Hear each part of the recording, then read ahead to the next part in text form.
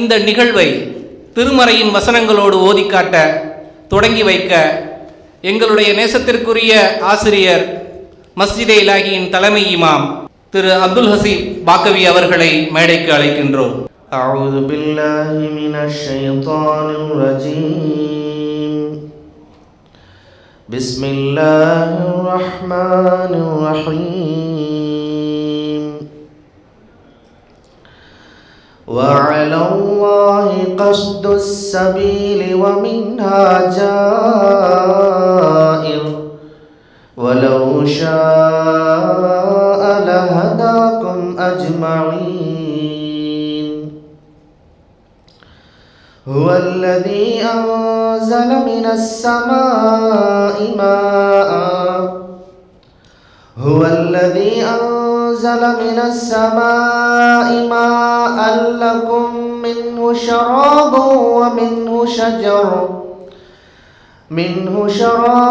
ومنه شجر فيه تسيمون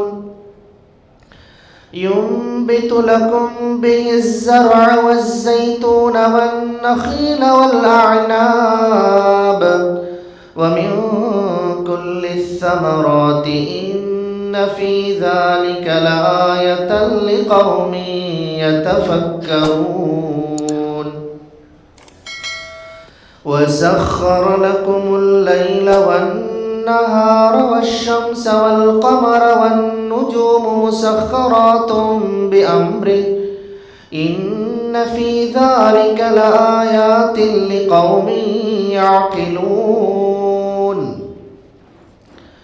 وما ذرأ لكم في الأرض مختلفا ألوانه إن في ذلك لآية لقوم يذكرون. وهو الذي سخر البحر لتأكلوا منه لحما طريا وتستخرجوا منه حلية تلبسونها وترى الفلك مواخر فيه ولتبتغوا من فضله ولعلكم تشكرون. وألقى في الأرض رواسي أن تميد بكم وأنهارا وسبلا لعلكم تهتدون وعلامات وبالنجم هم يهتدون. أفمن يخلق كمن لا يخلق أفلا تذكرون. وإن تعدوا نعمة الله لا تحصوها إن الله لغفور رحيم. அஸ்ஸலாமு அலைக்கும் வரஹ்மத்துல்லாஹி வபரகாத்துஹு. அளவற்ற அருளாளனும் நிகரற்ற அன்புடையவனுமாகிய எல்லாம் அல்ல ஏக இறைவனை போற்றி புகழ்ந்தவனாக செய்கின்றேன்.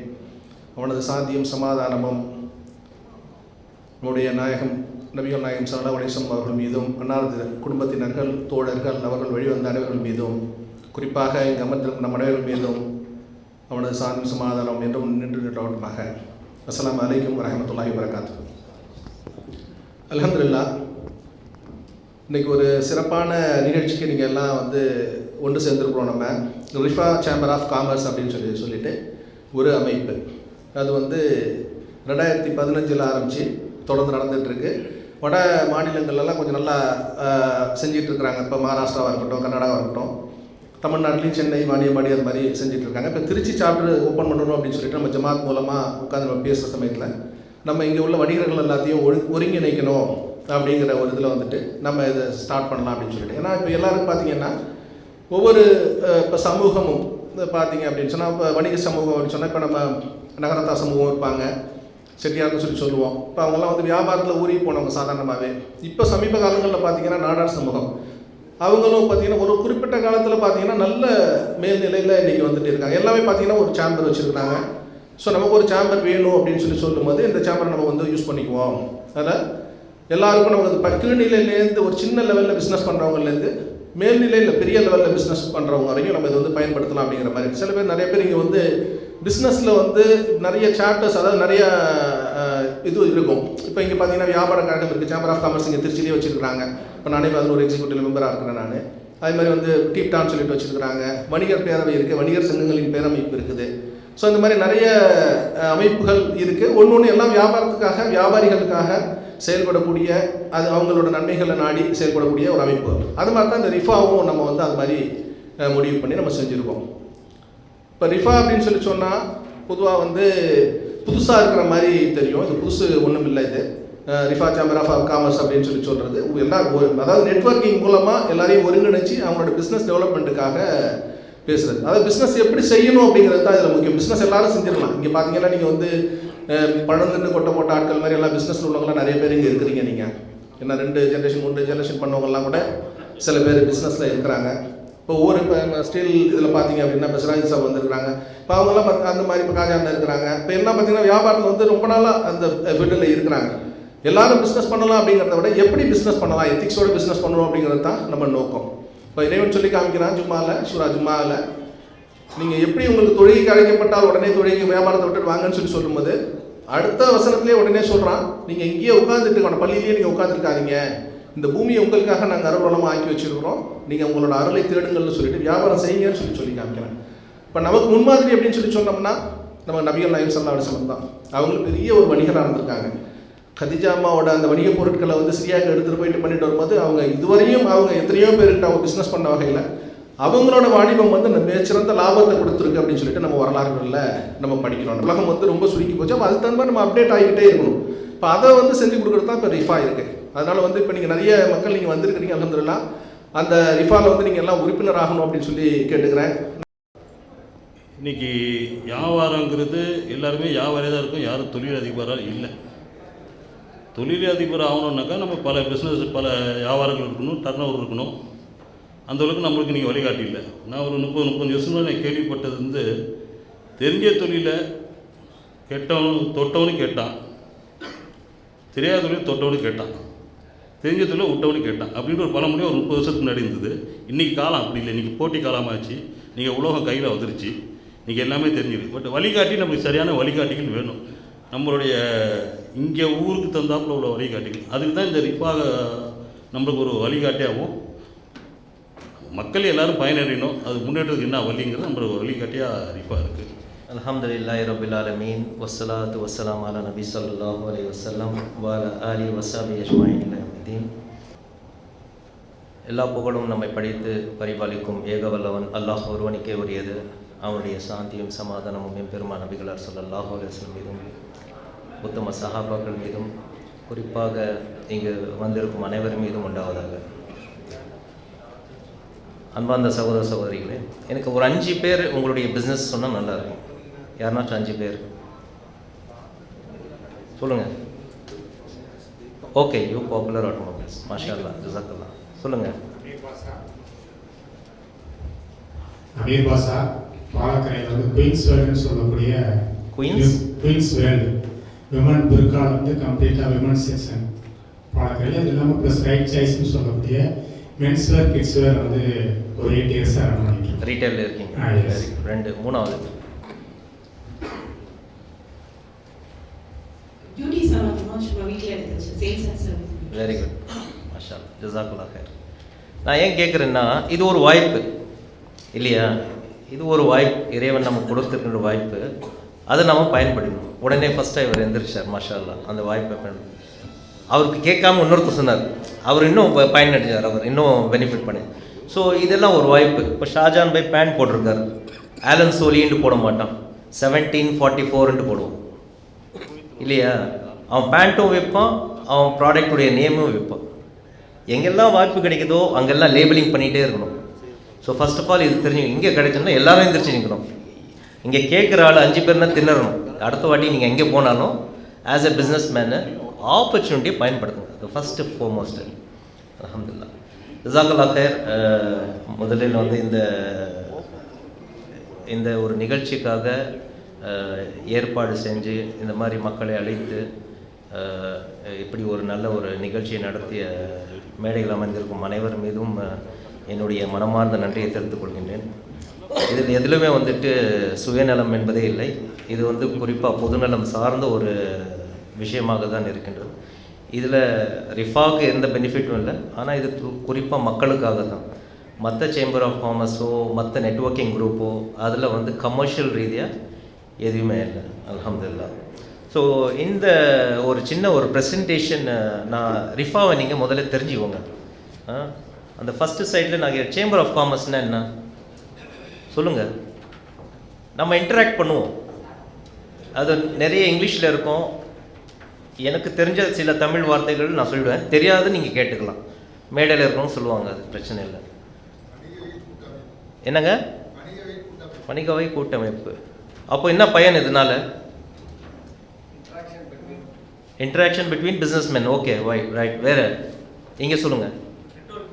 Networking, very good. இங்கே இந்த ஷேரிங் நாலேஜ் சொல்லுங்கள். Partnership, very good. Okay. So ஒரு சேம்பர் ஆஃப் காமர்ஸ் வரும்போது எந்த சேம்பர் ஆஃப் காமர்ஸ் எடுத்தாலும் அதனுடைய சேம் இதுதான். ஒரு பிஸ்னஸ் கம்யூனிட்டியை ஒன்றா கொண்டு வந்து அந்த கம்யூனிட்டியுடைய கன்சர்ன்ஸை வேறு இடத்து கொண்டு போகணுன்னா, இல்லை கவர்மெண்ட் கிட்ட கொண்டு போகணுன்னா அங்கே ஒரு சேம்பர் ஆஃப் காமர்ஸ் தேவை. ரெண்டாவது, இந்த பிஸ்னஸ் மேன் எல்லாம் ஒன்றா கூட்டி ஒரு நெட்வொர்க்கிங், அவர் சொன்னது போல் ஒரு நெட்வொர்க்கிங் பண்ணுறது. அடுத்தது பிஸ்னஸ் நாலேஜை வந்து கேதர் பண்ணுறது. இது இல்லாமல் ஒரு கம்யூனிட்டி இன்னொரு கம்யூனிட்டியில நெட்வொர்க் பண்ணுறது. புதுசாக மார்க்கெட்டில் வர டெக்னாலஜிஸு என்னென்ன இருக்கோ அதை வந்து இன்ட்ரடியூஸ் பண்ணுறது. இதெல்லாம் வந்து ஒரு சேம்பர் ஆஃப் காமர்ஸ் பண்ணிகிட்டு இருக்கும். சேம்பர் ஆஃப் காமர்ஸ் வந்து ஃபைனான்ஸில் இன்வால்வ் பண்ணாது. இது கிளியர் ஆகிடும். சேம்பர் ஆஃப் காமர்ஸ் வந்து ஃபினான்ஸில் வந்து இன்வால்வே பண்ணாது. அடுத்து ரிஃபா சேம்பர் ஆஃப் காமர்ஸ்ன்ட்டு வரும்போது இது ஒன்றும் இல்லை, economical growth and prosperity of the society, of the community. இது குறிப்பாக ரிஃபா என்று சொன்னால் welfare of the community, upliftment of the society, அதுதான். ஸோ இதில் ரெண்டு வார்த்தைகள் தான் நீங்கள் பார்க்கணும். ஒன்று economical growth and prosperity. So ஏன் எக்கனாமிக்கல் க்ரோத் அண்ட் ப்ராஸ்பெரிட்டி நம்ம பார்க்கலாம். இதனுடைய அடுத்த இதில் நீங்கள் பார்க்கும்போது இதனுடைய மிஷன் அண்ட் விஷன் வந்துட்டு என்பவர்மெண்ட் தான். ரெண்டாவது வந்துட்டு ரிஃபா ஒரு கேட்டலிஸ்ட்டாக இருக்கும். ஒரு என்பவர்மெண்ட்டு, இன்னொன்று வந்து ரிஃபா வந்து அந்த என்பவர்மெண்ட்க்கு, அதாவது இந்த சபையில் இருக்கிற பிஸ்னஸ் மென் அண்ட் விமெனுக்கு தேவையான tools, equipments, connect and guidance இதெல்லாம் அப்பப்போ கொடுத்துக்கிட்டே இருக்கும். அது பல ப்ரோக்ராமாக வந்து நடந்துக்கிட்டே இருக்கும். திருச்சியில் இருக்க பொறுப்பாளர்கள் வந்து அது 1 இயர் கேலண்டரில் அதை டிசைன் பண்ணுவாங்க, அதை டிஃபைன் பண்ணுவாங்க. திருச்சிக்கு என்ன தேவையோ அதை வந்துட்டு கன்சிடர் பண்ணி அவங்களுடைய ப்ரோக்ராம்ஸை வந்து சேஞ்ச் பண்ணிகிட்டு இருப்பாங்க, ஆல்டர் பண்ணிகிட்டு இருப்பாங்க. ஸோ இதுதான் mission and vision of Rifah இருக்கின்றது. அடுத்தது இதில் ரிஃபாவுடைய ஒரு நேஷ்னல் ஆப்ரேஷன்ஸ் சொன்னது போல் இது கிட்டத்தட்ட 17 ஸ்டேட்டில் இருக்குது. இந்தியாவில் 17 ஸ்டேட்டில் வந்து இதனுடைய ப்ரெசன்ஸ் இருக்குது. இதில் நேஷ்னல் ஆப்ரேஷன்ஸ்ன்ட்டு பார்த்தீங்கன்னா இது 2 டீமாக டிவைட் பண்ணியிருக்காங்க. ஒன்று வந்துட்டு ஸ்ட்ராட்டஜிக் டீம், இன்னொன்று வந்துட்டு எக்ஸிக்யூட்டிவ் டீம். ஸ்ட்ராட்டஜிக் டீம் வந்துட்டு அட்வைசரி கவுன்சில் மாதிரி, எக்ஸிக்யூட்டிவ் வந்துட்டு அந்த ஸ்ட்ராட்டஜிக்கை வந்துட்டு இம்ப்ளிமெண்ட் பண்ணுறதுக்காக பண்ணக்கூடிய விஷயங்கள். இது வந்து ஸ்டேட் பிரசிடென்ட்ஸ் வருவாங்க, டிஸ்ட்ரிக்ட் பிரசிடென்ட்ஸ் வருவாங்க, இது எல்லாம் வருவாங்க. இந்த ஸ்ட்ராட்டஜிக் டீமில் பார்த்தீங்கன்னா அதில் சேர்மன் இருக்கார், ஜென்ரல் செக்ரட்டரி இருக்கார், அப்புறமா சிஎஸ்சி அட்வைசரி கவுன்சில் இருக்குது, அப்புறமா வந்து டிபார்ட்மெண்ட்ஸ் இருக்குது. ஸோ இதுதான் இது. அந்த அட்வைசரி கவுன்சில் பார்த்தீங்கன்னா நீங்கள் அந்த லிஸ்ட்டு பார்க்கலாம். இதில் கிட்டத்தட்ட 15 பேர் இருப்பாங்க அட்வைசரி. இந்த அட்வைசரி கவுன்சில் வந்து த்ரூ அவுட் இந்தியாவில், கன்னியாகுமரியிலேருந்து காஷ்மீரில் இருக்கிற பிஸ்னஸ் மேன் வந்து ஒன்றா கூடி அங்கே வந்து ஒரு அட்வைசரி கவுன்சில் மாதிரி ஃபார்ம் பண்ணி இவங்க தான் வந்து ரிஃபாவுடைய அட்வைசரி கவுன்சில் மெம்பர்ஸாக இருக்காங்க. அந்த நேம்ஸ் எல்லாம் அங்கே லிஸ்ட் அவுட் இருக்குது, அது நம்ம டீட்டெயில் போக தேவையில்லை. அடுத்து நீங்கள் பார்த்தீங்கன்னா இதோடைய டிபார்ட்மெண்ட்ஸ் அண்ட் ஹெட்ஷோடிஸ், இதுதான் வெரி வெரி இம்பார்ட்டண்ட்டு. அதாவது ரிஃபா என்ன கொடுக்க போகுது இருக்கு இல்லையா, இந்த ஸ்லைடு மூலயமா நீங்கள் தெரிஞ்சுக்கலாம். ஒன்று வந்துட்டு entrepreneurship and business guidance first department. அதனுடைய பொறுப்பாளர் வந்துட்டு சையத் மும்தாஸ் மன்சூரி சாப்ன்ட்டு கர்நாடகாவில் ஸ்டேட் பிரசிடென்ட் இருக்கார். சவுத் ஜோனுடைய பிரசிடெண்ட்டாகவும் அவர் தான் இருக்கார். அவருடைய டிபார்ட்மெண்ட் அது பிஸ்னஸ் ஈவெண்ட்ஸ் அண்ட் நெட்வொர்க்கிங். அதாவது இந்தியாவில் நடக்கிற அனைத்து ஈவெண்ட்ஸு, இன்டர்நேஷ்னலி நடக்கிற ஈவெண்ட்ஸும். இப்போது இந்த மந்த் எண்டில் வந்து சவுதியில் பிக் 5 நடக்க போகுது, அங்கேயும் வந்து ஈவெண்ட் நடக்குது. ரிஃபாவுடைய கான்ட்ரிபியூஷன் அங்கே ஸ்டால் ஒன்று இருக்குது, அங்கே 2 நாள் நெட்வொர்க்கிங் மீட்டும் நடத்துகிறாங்க, அதையும் இருக்குது. அதெல்லாம் வந்து முகமது யூசுஃப் அலி கான் பார்க்குறாரு, மூணாவது வந்துட்டு இண்டஸ்ட்ரியல் கிளஸ்டர்ஸ் அண்ட் FPOs, அதாவது ஃபார்மர் ப்ரொடியூசர்ஸ் ஆர்கனைசேஷன் இருக்கு இல்லையா, இது ரொம்ப வெரி இம்பார்ட்டண்ட். இதையும் நீங்கள் ஃபோக்கஸில் வைங்க. இது வந்து ரஃபீக் அஹமத் பெல்லாரியில் இருக்கார், அவர் வந்து பார்க்குறாரு. And he is doing extremely good. கர்நாடகாவில் கிட்டத்தட்ட 3 ப்ராஜெக்ட் வந்து ஒரு 15-20 crores பண்ணியிருக்காரு அவர். ஆந்திராவில் 2 ப்ராஜெக்ட் பண்ணுறாங்க. Tamil Nadu is looking out for 2-3 projects இந்த இயர் இன்ஷா அல்லாஹ். அப்புறம் பிஸ்னஸ் ஃபினான்ஸ் அண்ட் கம்ப்ளையன்சஸ் சயூம் கான்ன்றது, இவருக்கு வந்து மிடில் ஈஸ்ட்லேயும் ஆஃபீஸஸ் இருக்குது. Is from Gujarat, chartered accountant. அவர் தான் ஃபைனான்ஸ்ன்ற போது நான் சொன்னேன், ஃபைனான்ஸில் இன்வால்வ் பண்ணாது, ஆனால் ஃபைனான்ஸ்க்கு கைடு பண்ணோம். உங்களுக்கு அந்த நம்மளுடைய பிஸ்னஸ் ஃபைனான்ஸை எப்படி மேனேஜ் பண்ணுறது, பிஸ்னஸ்க்கு தேவையான ஃபைனான்ஸை எப்படி உருவாக்குறதுன்றது வந்து அது ஒரு கைடன்ஸ்லாம் அவர் கொடுப்பாரு. மோரோவர் எத்திக்கல் ஃபைனான்ஸ் இருக்குது இல்லையா, அதையும் அவர் வந்து சொல்லுவார். டிஜிட்டல் அண்ட் சோஷியல் மீடியா, அதை வந்து நான் என்னுடைய டிபார்ட்மெண்ட்டாக இருக்குது. இன்னொன்று வந்து கண்டென்ட் க்ரியேஷன், அதாவது நம்முடைய நியூஸ் லெட்டராக இருக்கட்டும், இல்லை வெப்சைட்டாக இருக்கட்டும், இல்லை சோஷியல் மீடியாவில் போகிற விஷயங்கள் என்ன, அதுக்கு ஒரு டீம் இருக்குது. அதுக்கு வந்துட்டு சச்சோரா என்று இருக்கார், அவர் சுஹேல் சச்சோரா, அவர் குஜராத்தில் இருக்கார், அவருடைய டீமு. மூணாவது வந்து லாஸ்ட் 7th வந்து இன்டர்நேஷ்னல் பிஸ்னஸ், இவர் இர்ஃபான் ஹமீது, ஐஐடியில் வந்து ஐஐடி சென்னையில் வந்து அவர் வந்து கன்சல்டண்ட்டாக இருக்கார். அவர் தான் இன்டர்நேஷ்னல் பிஸ்னஸ் பார்க்குறார். இந்த கிட்டத்தட்ட ஒரு 8 monthsல நாம் ஒரு 5 இன்டர்நேஷ்னல் எக்ஸ்போவில் பார்ட்டிசிபேட் பண்ணியிருக்கோம். அதெல்லாம் அவர் தான் பார்க்குறார். இப்போ ஜஸ்ட் டீட்டெயிலாக நம்ம இந்த 7 டிபார்ட்மெண்ட்ஸுடைய ஒரு ஜிஸ்ட்டு பார்த்துருவோம் குயிக்காக. இது ஆண்டர்ப்ரனர்ஸில் வந்து நீங்கள் பார்த்தீங்கன்னா, இது to create the ideological business இது இருக்கு இல்லையா, அந்த ஐடியாஸ் கொடுக்கறது. அப்புறமா இன்றைக்கு இருக்கிற சூழலில் பிஸ்னஸை வளர்ப்பதற்கான வழிகாட்டுதல்கள். யங் ஸ்டூடெண்ட்ஸ்க்கு வந்து வெளியில் நம்ம இந்த இயர் வந்து நம்ம 8 பிஸ்னஸ் ஸ்கூலில் நம்ம அட்ரஸ் பண்ண போகிறோம். அவங்களுக்கு வெளியில் வந்தவுடனே அவங்க ஆண்டர்ப்ரனர்ஸ் ஆகிறதுக்கான வழிகாட்டுதல்கள், ஊக்கம், இதெல்லாம் வந்து நம்முடைய அந்த அஜெண்டாவில். So entrepreneurship and business guidance, நான் சொல்லலையே இல்லையா, ரிஃபா ஒரு உங்களுக்கு பிஸ்னஸ்க்கும் வழிகாட்டும், எப்படி ஒரு சேம்பர் ஆஃப் காமர்ஸ் வழிகாட்டுதோ அது இந்த டிபார்ட்மெண்ட் பண்ணும். 2வது டிபார்ட்மெண்ட் பார்த்தீங்கன்னா பிஸ்னஸ் ஈவெண்ட்ஸ் அண்ட் நெட்வொர்க்கிங். இப்போ குறிப்பாக நம்ம ஷாஜான் பாய் சொல்லும்போது கூட முக்கியமான ஒரு ஈவெண்ட் என்னன்னா நெட்வொர்க்கிங் ஈவெண்ட் தான். அந்த நெட்வொர்க்கிங் ஈவெண்ட்டில் என்ன, மக்கள் வருவாங்க. இப்போது பாய் எந்திரிச்சு சொன்ன மாதிரி அவங்களுடைய பிஸ்னஸை ப்ரெசன்ஸ் பண்ணுவாங்க. நம்ம ஒருத்தருக்கு ஒருத்தர் கனெக்டு, ஒருத்தருடைய தேவை இங்கேயே வந்து ஃபுல்ஃபில் ஆகிடும். ஸோ இந்த கனெக்ட் இருக்கு இல்லையா, இங்கேயே அந்த பிஸ்னஸ் கனெக்ட் ஆகிடும். இப்போ லாஸ்ட் டைம் November 28 வந்து சென்னையில் ஒரு மீட்டிங் நடந்தது. It's totally business connect meeting. 58 பேர் பார்ட்டிசிபேட் பண்ணியிருந்தாங்க. அதில் 3 கனெக்ட் ஆகுது. அது குறிப்பாக ஒரு கனெக்ட் வந்து என்னென்னா, பெங்களூர்லேருந்து ஒரு மேனுஃபேக்சரர் வந்தார். யார், ஆன்டி ட்ரோன் மேனுஃபேக்சரர். அவர் இந்தியாவில் பண்ணிட்டு இருக்கிற பிஸ்னஸ், மிடில் ஈஸ்ட்லேயும் ஒரு பிஸ்னஸ் இருக்குது. அவருக்கும் சென்னையில் இருக்கிற ஒரு பிஸ்னஸ் மேனும் கனெக்ட் ஆகிட்டு, இவர் 2 பேர் மூலியமாக ஒரு 3rd கனெக்ட் ஒமானில் க்ரியேட் ஆகிடுச்சு. ஸோ அந்த கனெக்டுடைய என்ன பெனிஃபிட்னா, ஒமானுடைய கவர்மெண்ட் வந்துட்டு தே சைன்டு அக்ரிமெண்ட் வித் ரக்ரல் தான் அந்த கம்பெனியுடைய பேர். அதுக்கு முன்னாடி அவங்க வந்து கருடாவோட டிஸ்கஷன் பண்ணிட்டு இருந்தாங்க. இந்த ரக்ரல் போனோடனே இவங்க ஜெர்மன் டெக்னாலஜி, உடனே அவங்களுக்கு ரொம்ப இம்ப்ரெசிவ் ஆகிட்டு ஒமான் கவர்மெண்ட்டுடைய டைப் பண்ணி அங்கேயே வந்துட்டு ட்ரோன் மேனுஃபேக்சரிங், அங்கே இருக்க டெக்னாலஜி ஸ்டூடெண்ட்ஸ்க்கு எஜுகேட் பண்ணி அவங்கள வந்துட்டு முன்னே கொண்டு வரதுக்கு இவங்க வந்து டெக்னாலஜி பார்ட்னர்ஸை வந்து இது பண்ணி, சின்ன ஒரு மீட்டிங் தான். அவர் பெங்களூரில் வந்திருக்கார். இப்போ மத்தியானம் அஜுபாய்கிட்ட கேட்கும்போது ஒரு ஆள் ஃபோன் பண்ணி கேட்டுருக்காரு, நான் அங்கேருந்து வரணும் எப்படி யூஸ்ஃபுல்லாக இருக்குமான்ட்டு. இங்கே இது யூஸ்ஃபுல் இல்லை, நீங்கள் உட்காந்துறீங்களா, நீங்கள் தான் யூஸ்ஃபுல். இங்கே ஒன்றுமே இல்லை, ஸ்டேஜில் நம்ம பேசுகிறோம். பட் நீங்கள் இங்கே வந்துட்டு இத்தனை பிஸ்னஸ் மேனை ஒரு ரூஃபில் நீங்கள் எத்தனை பேரை சந்திக்கணுன்னா முடியாது இல்லையா. நீங்கள் பிளான் பண்ணிட்டு போனாலும் இது முடியாது. பட் இங்கே ஒரு ஆப்பர்ச்சுனிட்டி க்ரியேட் ஆகுது, இங்கே ஒரு அந்த அட்மாஸ்பியர் க்ரியேட் ஆகுது. இதை நீங்கள் ஃபுல் ஃப்ளெட்ஜாக பயன்படுத்திக்கணும். இதுதான் வெரி வெரி இம்பார்ட்டன்ட். நம்ம பேசுகிறது இம்பார்ட்டன்ட் இல்லை. நீங்கள் வரீங்க, ஒருத்தருக்கு ஒருத்தர் கனெக்ட் பண்ணுறீங்க. இல்லை ஒரு பாயிண்ட் சொல்கிறாரு, நம்ம சார் இருக்கார், அவர் மோட்டிவேஷன், அவர் சொல்கிற ஒரு மோட்டிவேஷன் நீங்கள் அப்ளை பண்ணிங்கன்னா அது நம்மளுடைய பிஸ்னஸில் நம்ம லைஃப்பில் வந்து கண்டிப்பாக ரிஃப்ளெக்ட் ஆகும். ஒரு பாயிண்ட் போதும், ஒரு மீட்டிங்கில் ஒரு பாயிண்ட் போதும், ஒரு கனெக்ட் போதும், நம்ம பிஸ்னஸ் அப்படியே க்ரோ பண்ணிக்கலாம் இன்ஷா அல்லாஹ்.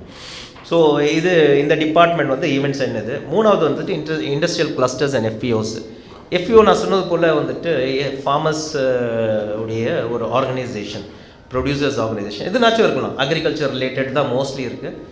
இதில் பார்த்தீங்கன்னா லாஸ்ட் 10 இயர்ஸில் இந்தியாவில் வந்து 5000 FPOs தான் ஃபார்ம் ஆகிருக்கு. அதில் ஒரு 2500 தான் ரெஜிஸ்டராக இருக்குது, மற்றதெல்லாம் வந்துட்டு லோக்கல் ரெஜிஸ்ட்ரேஷன். ஸோ இன்னும் அதனுடைய கவர்மெண்ட்டுடைய ஸ்கீம்ஸே நிறைய இருக்குது. It is an untapped resource. நம்ம யாரும் அதை அன்டேப் பண்ணாமல் இருக்கும். இப்போ சின்ன சின்ன ஃபார்மர்ஸ் இருக்காங்க, பெரிய ஃபார்மர்ஸ் இருக்காங்க. ஒரு 25 ஏக்கர்ஸ் வச்சு ஒருத்தர் இருக்கார், 2 ஏக்கர்ஸ் வச்சு ஒருத்தர் இருக்கார். 25 ஏக்கர் ஆள்கிட்ட வந்துட்டு இரிகேஷன் வாட்டர் வந்து ரெடி ரிசோர்ஸ் இருக்கும் அவருக்கு. இந்த 2 ஏக்கர் ஆள் வந்து மழையை சார்ந்து தான் அந்த நேச்சுரல் ரிசோர்ஸ் வச்சு தான் வெயிட் பண்ணுவோம். இவருடைய ரா மெட்டீரியல் காஸ்ட் கம்மியாகுங்க, ஏன்னா இவர் 25 ஏக்கர் வாங்குறாரு, இவர் 2 ஏக்கர் காஸ்ட் ஜாஸ்தியாகும். அதே மாதிரி டிரான்ஸ்போர்ட்டேஷனு, ஈல்டு, அது ப்ராடக்ட் இது பண்ணுறது, ஸ்டோரேஜ் பண்ணுறது எல்லாம் பார்த்தீங்கன்னா அந்த 2 ஏக்கர்ஸ் உடைய காஸ்ட் வந்து எல்லாத்துலேயும் ஜாஸ்தி. அதே 25 ஏக்கர்ஸ் வந்து எல்லா காஸ்ட்டும் கம்மியாகும். ஸோ இந்த மாதிரி 2 ஏக்கர்ஸ் இல்லை 1 ஏக்கர் இருக்க ஒரு 15-20 பேர் ஒன்றா சேர்ந்து எஃபிஓவை ஃபார்ம் பண்ணி அது ஒரு போர்டு, அது ஒரு பாடியை ஃபார்ம் பண்ணும்போது அங்கே வந்து கவர்மெண்ட்டுடைய ஹெல்ப் இருக்குது. ப்ளஸ் உங்களுடைய அந்த அது சொல்லுவாங்களே, ஒரு ஸ்டிக் வச்சா உடைச்சலாம், 10 ஸ்டிக் வச்சா உடைக்க முடியாது, அந்த யூனிட்டி இருக்குது.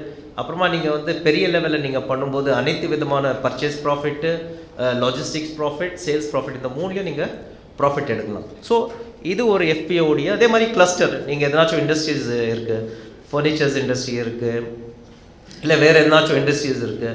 இப்போ நம்ம பெல்லாரியில் போனோம், 130 ஜீன்ஸ் மேனுஃபேக்சரர்ஸ் இருக்காங்க. ஸோ அவங்கள என்ன சொன்ன, நீங்கள் ஒரு கிளஸ்டராக ஃபார்ம் பண்ணிட்டு ஒரு 5 பிராண்ட்ஸ் மட்டும் பண்ணுங்கள்.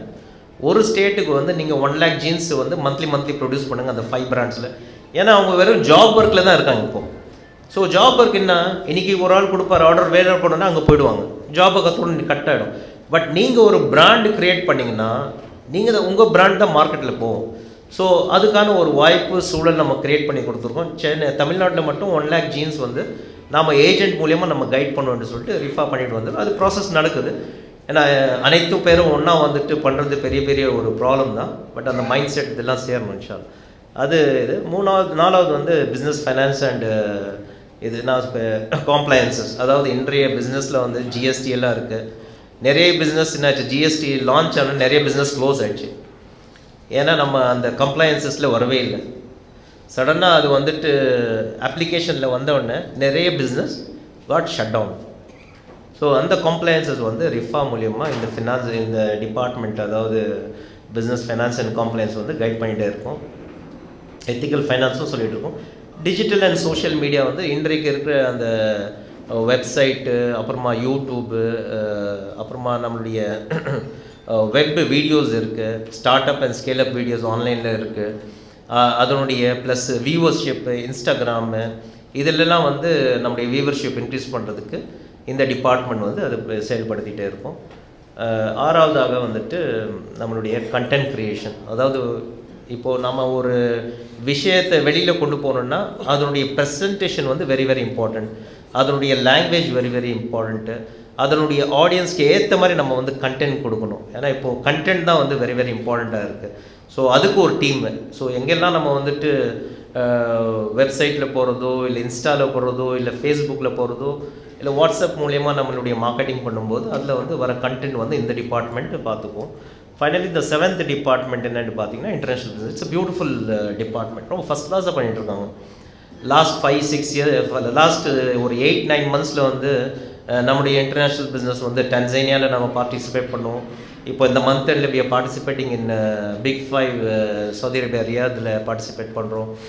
அதுக்கும் இது பண்ணியிருந்தேன். I think today is the last day தான்.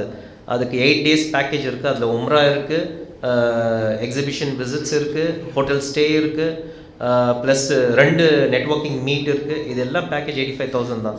Today is the last day for closing the ரெஜிஸ்ட்ரேஷனு. அது இருக்குது. டன்சானியா, பங்களாதேஷில் நம்ம ஃபுட் எக்ஸ்போவில் பார்ட்டிசிபேட் பண்ணோம். துபாயில் எக்ஸிபிஷனில் 2 நெட்வொர்க்கிங் மீட் அங்கே நடத்தினோம். அப்புறமா கோவிடுக்கு முன்னாடி கேன்டான் ஃபேரும் நம்ம கொண்டு போயிருக்கோம். ஸோ இந்த இன்டர்நேஷ்னல் பிஸ்னஸ் என்னென்னா எங்கெல்லாம் வந்து இமிக்ரெண்ட்ஸு இல்லை இந்தியன் கம்யூனிட்டி எல்லாம் எங்கே இருக்காங்களோ அவங்கள வந்துட்டு கனெக்ட் பண்ணுறது. அதாவது திங்க் குளோபலி ஆக்ட் லோக்கலின்னுவாங்க இல்லையா, அந்த மாதிரி லோக்கல் பிஸ்னஸை எப்படி குளோபலி கனெக்ட் பண்ணுறது, இல்லை குளோபல் பிஸ்னஸை எப்படி லோக்கலி கொண்டு வருது, இது இன்டர்நேஷ்னல் டிபார்ட்மெண்ட் வந்து பிஸ்னஸ் மூலிமா பண்ணிகிட்டே இருப்பாங்க. அது மட்டும் இல்லை, இப்போ திருச்சியிலே எடுத்திங்கன்னா ஒரு 5-6 சேம்பர் அவர் லிஸ்ட் பண்ணார். அப்படி குளோபலி போனீங்கன்னா நிறைய சேம்பர் ஆஃப் காமர்ஸ் இருக்காங்க. So they are interested also. இப்போ வரைக்கும் நமக்கு வந்து டர்க்கியில், பங்களாதேஷில், கத்தாரில், அப்புறமா சவுதி அரேபியாவில், துபாயில், ஷார்ஜாவில், அபுதாபியில் எங்கே இருக்கிற சின்ன சேம்பர்ஸ் எல்லாம் வந்து தே ஆர் அப்ரோச்சிங் அஸ். அதாவது அவங்களுடைய பிஸ்னஸை வந்து மோஸ்ட்லி துபாயில் யூஏயில் வரதெல்லாம் வந்துட்டு இது ஃப்ரீ ஜோன் இருக்கு இல்லையா, அதுக்காக நிறைய ப்ரொமோட் பண்ணுறாங்க. அண்ட் மோஸ்ட்லி ரியல் எஸ்டேட் பிரச்சனை இது ப்ரொமோட் பண்ணுறாங்க. ஸோ இது ஒரு இன்டர்நேஷ்னல் பிஸ்னஸ் உடைய ஒரு டிபார்ட்மெண்ட்டு. இந்த எக்ஸிக்யூட்டிவ் டீம் பார்த்தீங்கன்னா இது 4 ஜோனாக பிரிச்சிருக்கும். North zone, south zone, east zone, west zone. So இந்த 4 ஜோனுக்கு வந்து 4 ஹெட்ஸு போட்டிருக்கோம். இப்போ சவுத்து ஜோன்ட்டு வரும்போது தமிழ்நாடு, கேரளா, ஆந்திர பிரதேஷ், தெலுங்கானா அண்ட் கர்நாடகா. அதுக்கு ஒரு ஹெட்டு வந்து மும்தாஸ். அது கீழே தான் தமிழ்நாடு ஒரு இதாக வருது. நெக்ஸ்ட்டு மெம்பர்ஷிப் பெனிஃபிட் பார்த்தீங்கன்னா நிறைய எக்ஸ்க்ளூசிவ் டீல்ஸ் வரும். இப்போ நான் சொன்னேன் இல்லையா, 85,000 பேக்கேஜில் உங்களுக்கு வந்துட்டு அந்த அளவுக்கு உங்களுக்கு உம்ரா போனால் அந்த பேக்கேஜில் வரதில்லை. இப்போல்லாம் 1 lakh கம்மி வரதே இல்லை. ஹோட்டல் ஸ்டே, அப்புறமா அங்கே நெட்வொர்க்கிங் மீட்டு, எக்ஸிபிஷனுக்கு வந்து போகிறது வரது எல்லாம் பார்த்துக்கணும். இது ஒரு அட்வான்டேஜ். மெம்பர்ஸ்க்காக ஒரு ஸ்பெஷலாக டிசைன் பண்ணுற ஒரு பேக்கேஜ். அதே மாதிரி ஸ்டால் புக் பண்ணும்போது ஸ்டாலுக்கு ஒரு டிஸ்கவுண்ட்டு. இங்கே இப்போ ரெகுலராக மீட்டிங்ஸ் நடக்கும். அந்த மீட்டிங்ஸில் வந்து மெம்பர்ஸ்க்கு வந்து தனி ஃபெசிலிட்டி இருக்குது. அவங்களுடைய பிஸ்னஸை ப்ரப்போஸ் பண்ணுறதுக்கோ இல்லை முன் வைக்கிறது அதுக்கான ஒரு சிறப்பு ஒரு பட்டியல் வந்து அதில் நிறைய பெனிஃபிட்ஸும் இருக்குது. அடுத்தது பார்த்திங்கன்னா சக்ஸஸ் ஸ்டோரிஸ். நான் பேசிகிட்டே இருக்கும்போதே நான் 1-2 சொன்னேன். நான் சக்ஸஸ் ஸ்டோரிஸ் நிறைய இருக்குது, சின்னதுலேருந்து பெருசு இருக்குது. நான் ஒரு சின்னதாக சொல்கிறேன் ரோலே. நாம் வந்து பெரிய லெவலில் நம்ம இது மட்டும் பண்ணுறதில்ல. நமக்கு என்ன ஸ்மால் அண்ட் மீடியம் பிஸ்னஸை வந்து நெக்ஸ்ட் லெவலுக்கு கொண்டு போகணும். சின்னதாக ஒரு பிளாட்ஃபார்மில் ஒரு கடை இருக்காருன்னா அவருக்கு வந்து தள்ளு வண்டி பிஸ்னஸாச்சும் பண்ணணும். தள்ளு வண்டியிலேருந்து அவர் கடை போடணும். கடை பண்ணிட்டு அவர் மல்டி லெவலில் போடணும். தெலுங்கானாவில் ஒரு பிஸ்னஸ் மேன் இருக்கு. அவர் 2 கடை தான் இருந்தது 6 months பிஃபோர். அவர் ரிஃபாவுடைய வந்து கோல்டன் மெம்பர் தான். அவர் கண்டினியூஸாக வருவார். அங்கே இருக்கிற தெலுங்கானாவுடைய ஸ்டேட் பிரசிடென்ட் ரொம்ப ஆக்டிவாக யூசுஃப் அலி. அவர் மூலிமா இப்போது கிட்டத்தட்ட 13 பிரான்ச்சஸ் அவர் ஓப்பன் பண்ணியிருக்காரு. அண்ட் அவர் டெஸ்டிமோனியல் கொடுத்துருக்காரு. அதுக்கு நான் வந்து ரிஃபா வந்த பிறகு என்னுடைய தாட் ப்ராசஸ் வந்து மாறி இருக்குது. இதுதான் வேணும். தாட் ப்ராசஸ் இருக்கு இல்லையா, வெரி வெரி இம்பார்ட்டண்ட் இல்லையா. Positive energy, thought process, confidence, connect, இதுதான். அதே மாதிரி 3 T இருக்குது. Trust, transparency and target. இந்த 3 வந்து நம்ம அச்சீவ் பண்ணுறதுக்கு நம்ம பார்க்கணும். ஸோ இதெல்லாம் ஒரு இது. அதே மாதிரி நான் அந்த ஆன்டி ட்ரோனுடைய அந்த இதுவும் சொன்னேன். 3வது வந்து தமிழ்நாடுல இருக்கிற ஒரு exporter. Is exporting to 35 countries. So அவர் வந்து ஒரு கனெக்ட் மூலயமா நமக்கு கிடைச்சார். ஹைதராபாத்தில் இருக்கிற அவங்க மசாலா பவுடர் இதெல்லாம் பண்ணுறாங்க. அவங்கள கனெக்ட் பண்ணோடனே கிட்டத்தட்ட ஒரு 1 year கண்டினியூஸாக அவங்களுடைய ப்ராடக்ட் வந்து மிடில் ஈஸ்ட் மார்க்கெட்டுக்கு போகுது. குறிப்பாக குவைட்டுக்கு போயிட்டுருக்கு. அதே மாதிரி கோவாவில் இருக்கிற நம்ம ஃப்ரெண்டு ரிஃபாவுடைய மெம்பர் தான் டின் ஃபிஷ் மேனுஃபேக்சர் பண்ணுறாரு. டூனா உங்களுக்கு தெரியும், ரெடிமேட் எடுத்து நீங்கள் சாப்பிட்டுக்கலாம் ரெடியாக. ஸோ அவரை கொண்டு வந்து குவைட்டில் இருக்கிற ஒரு இம்போர்ட்டரை வந்து கொண்டு வந்து கனெக்ட் பண்ணும். 1 day தான். 1 dayல அந்த 1 crore டீல் அன்றைக்கே டேபிளில் வந்து சைன் ஆகிட்டு அந்த கன்சைன்மெண்ட் வந்து ஸ்டார்ட். இதுதான் நடக்கும். ஸோ இந்த கனெக்ட் இருக்கு இல்லையா, இதுதான் வெரி வெரி இம்பார்ட்டன்ட். இதெல்லாம் சக்ஸஸ் ஸ்டோரிஸு. சின்ன சமோசா சென்னையில் ஒரு ஏரியா இருக்குது, ஓட்டேரி. அங்கே இருக்கிற ஏரியா மக்களுடைய பிஸ்னஸை வந்து சமோசா பண்ணுறாங்க. அவங்கள என்ன பண்ணணும், நீங்கள் எல்லாம் வாங்க, நீங்கள் வந்து உங்களுடைய பிஸ்னஸ் பார்த்தீங்கன்னா காலையில் 6 மணிலேருந்து 11 o'clock வரைக்கும். காலையில் 6 மணிக்கு கோயம்பேடு போகணும், காய்கறி வாங்கணும், எல்லாம் பண்ணணும். இது பண்ணிட்டு ரெடி பண்ணி அது சமோசா மிக்ஸ் பண்ணி திரும்பி ஈவினிங் வரைக்கும் சமோசாக்குள்ளே ரேப் பண்ணி அதை பேக் பண்ணி அவங்களுடைய எங்கெங்கே ஏரியா இருக்கோ, வெள்ளிவாக்கம் இருக்கும், பெரம்பூர் இருக்கும், ஜமாலியா இருக்கும், எல்லா இடத்துலையும் அவங்களுடைய கடைகள் இருக்கும். அங்கே போய் விற்றுட்டு திரும்பி ஈவினிங் வரும்போது 11 o'clock. ஸோ நாம் அவங்களெல்லாம் கூப்பிட்டு நீங்கள் உங்களுடைய பிஸ்னஸுடைய ட்ரான்ஸ்ஃபார்ம் பண்ணுங்கள். நாங்கள் ஒரு எக்ஸாம்பிள் காமிச்சோம். உங்களை மாதிரியே ஒரு தள்ளு வண்டியில் விற்றுட்டு இருந்த ஒரு சமோசாக்காரர் தான் இன்றைக்கி ரெட் ஹில்ஸில் வந்து பெரிய ஃபேக்ட்ரி வச்சுருக்கார். அவருடைய ஸ்டோரேஜ் யூனிட் 2000 square feet வந்து வெறும் ஸ்டோரேஜ் யூனிட் மட்டும் இருக்குது. ஸோ அவர் வந்துட்டு அந்த பிஸ்னஸ் என்ன பண்ணார், அது அப்படியே வந்து கோல்டு இது மாதிரி ரெடிமேடு டு யூஸ்ன்ற மாதிரி அது பண்ணார். ஸோ இந்த ஸ்ட்ராட்டஜி அவங்களுக்கு முன்னாடி வந்து சமோசா சிங்ன்ட்டு நார்த்தில் ரொம்ப famous. Husband and wife start பண்ண ஒரு ப்ராஜெக்ட் தான் அது. சமோசா பண்ணலாமேன்ட்டு 2 கவர்மெண்ட் எம்ப்ளாயி ரிசைன் பண்ணிட்டு ஸ்டார்ட் பண்ணாங்க. இன்றைக்கு அவங்களுடைய பிஸ்னஸ் ஒரு 4-5 yearsல 50 கோடி பிஸ்னஸ் பண்ணுறாங்க. 4 ஸ்டோர் வச்சுருக்காங்க. ஸோ சமோசா இண்டஸ்ட்ரி அவ்வளோ பெருசாக இருக்குது. அதில் என்னென்னா நுணுக்கமான விஷயம்னா அவங்களுடைய பார்த்தது வந்து ஒன்று ஹைஜீன், 2வது வந்துட்டு ஆயில் அதிகமாக வந்து அதில் அப்சர்வ் பண்ண. சமோசாவில் எடுத்து ஆயில் தானே கொட்டும், அது அப்சர்வ் பண்ணாமல் அதுக்கு என்ன பண்ணும், ப்ரிசைஸு. அன்ஆர்கனைஸ் செக்டராக இருந்தது, அது ஆர்கனைஸ்டாக பண்ணிட்டாங்க. இந்த 3 விஷயத்தை தான் அவங்க மக்கள் மத்தியில் வச்சாங்க. ஸோ இது அவங்கள வந்து ட்ரெயின் பண்ணோம். அந்த ஃபஸ்ட்டு மீட்டிங்லேயே வந்து நல்ல ஒரு இம்பேக்ட். நேற்று கூட ஒருத்தரை சந்தித்தேன், பை நான் இது பண்ணேன், நான் சேஞ்சஸ் பண்ணியிருக்கேன், நான் இப்போ எனக்கு வந்து I can feel the change. So அவங்களுடைய ஒரு ப்ராசஸ் இருக்குது. நம்ம 2 years அவங்கள மேலே ஒர்க் பண்ணுறோம். இது ஒரு டிபார்ட்மெண்ட். இந்த மாதிரி பல டிபார்ட்மெண்ட் வந்து நம்ம இப்போது தெருவில் இருக்கிறவங்க கடைங்க, நம்ம போகிறோம், கடையில் போகணுன்னு என்ன சொல்லுவோம், நீங்கள் வண்டியெல்லாம் போகும்போது டஸ்ட் விடு, நீங்கள் கவர் பண்ணி வைங்க உங்களுடைய ஃபுட் ப்ராடக்டை வந்து. ஏன்னா மக்களுக்கு நல்ல பொருளாக தான் நம்ம கொடுக்கணும். இஸ்லாத்தில் வந்து பிஸ்னஸ்ன்றது வந்து we cannot say only business, we say ethical business, moral value business. அது ஒரு இபாதத். ஸோ அந்த மாதிரி தான் நம்ம பார்க்கணும். ஒரு பொருள் கொடுக்கும்போது இது மக்களுக்கு நன்மையாக இருக்கணும், அந்த உணர்வோடு தான் நம்ம வியாபாரமே பண்ணணும். ஸோ அங்கே போனோடனே நீங்கள் கவர் பண்ணி வைங்க, மூடி வருது, கிளாஸ் டிரான்ஸ்பரன்ஸ் மூடி வருது, அது வைங்க. நீங்கள் தலையில் தொப்பி போடுங்க, உங்கள் நெயில்ஸ் இதெல்லாம் க்ளீன் பண்ணுங்கள், ஒரு ஆப்ரான் போட்டுங்க, உங்கள் கடைக்கு ஒரு பிராண்ட் கடைக்கு போடுங்க, அவ்வளோதானே. இல்லாட்டி என்ன சொல்லுவாங்க, அந்த பாய் கடை சமோசான்னு சொல்லுவாங்க, நீங்கள் ஒரு பேர் போடுங்க. ஸோ இந்த சின்ன சின்ன விஷயம் தான் நம்ம பண்ணணும். இது வெறும் ரிஃபா ஆளுக்கு மட்டும் பண்ணதில்லை, நீங்கள் எல்லாம் பண்ணணும். எங்கெல்லாம் போகிறீங்களோ உங்களால் முடிஞ்சால் நீங்கள் பிஸ்னஸ் மேன் தானே, பல விஷயங்கள் நீங்கள் கற்றுக்கிட்டு இருப்பீங்க. அவர் சொன்ன போல் 2nd and 3rd generation பிஸ்னஸ்லாம் இருக்கீங்க, நீங்கள் அந்த விஷயம்லாம் மக்களுக்கு வந்து எடுத்து வைக்கணும். ஸோ இது சின்ன சின்ன விஷயங்கள். ஸோ நாம் குறிப்பாக அந்த கீழே இருக்கிற மக்கள் அவங்கள வந்து முக்கியமாக ஃபோக்கஸ் பண்ணணும், அவங்களுடைய வாழ்வாதார உயர்த்தணும். சரி, இதெல்லாம் எதற்கு, என்ன, ஏன் ரிஃபா, எதுக்கு பிஸ்னஸ் மீட்டு, ஏன் எக்கனாமி பற்றி நம்ம பிஸ்னஸ் போயிட்டுருக்கு, எல்லாம் போயிட்டு 2 விஷயம் இருக்குங்க. ஒன்று, நாம் பார்க்குற விஷயம் மாறணும், நம்முடைய கண்ணோட்டம் மாறணும். நம்ம எப்படி பார்க்குறோம், பிஸ்னஸ் பண்ணுறோம், சம்பாதிக்கிறோம், நமக்கு ஒரு வீடு, நம்ம பசங்க நல்லா படித்து கல்யாணம் பண்ணி வச்சா நிம்மதியாக இருக்கும், இது பார்க்கக்கூடாது. நீங்கள் வேறு ஆங்கிளில் பார்க்குறாங்க. Being a citizen of India, நான் என்னுடைய கான்ட்ரிபியூஷன், என்னுடைய கண்ட்ரியுடைய எக்கனாமிக்கு என்னுடைய கான்ட்ரிபியூஷன் என்ன என்பதை நீங்கள் பார்க்கணும். நீங்கள் அந்த ஆங்கிளில் பாருங்கள், மக்களுக்கு வாழ்வாதாரத்தை கொடுங்க. ஒரு ஏரியாவில் ஒரு பிஸ்னஸ் நடக்குதுன்னா நீங்கள் மல்டிஃபோல்டாக டெவலப் பண்ணுங்கள், அந்த வாழ்வாதாரத்தை உயர்த்துங்க. நீங்கள் உங்களுடைய எக்கனாமிக்கில் நீங்கள் டெவலப் பண்ணுங்கள். பிஸ்னஸ் பண்ணுறது லிமிட்டேஷன் இருக்கா சம்பாதிக்க இஸ்லாத்தில்? எங்கேயுமே இல்லை. அப்போ நம்ம ஏன் அதை தடையை போடுறோம்? ஸோ இந்த கண்ட்ரிக்கு நம்ம கம்யூனிட்டி என்ன கான்ட்ரிபியூஷன் கொடுக்க போகுது என்று பார்க்கணும். நம்மளை என்ன சொல்கிறாங்க இன்றைக்கி, அசெட்ன்றாங்களா லயபிலிட்டின்றாங்களா?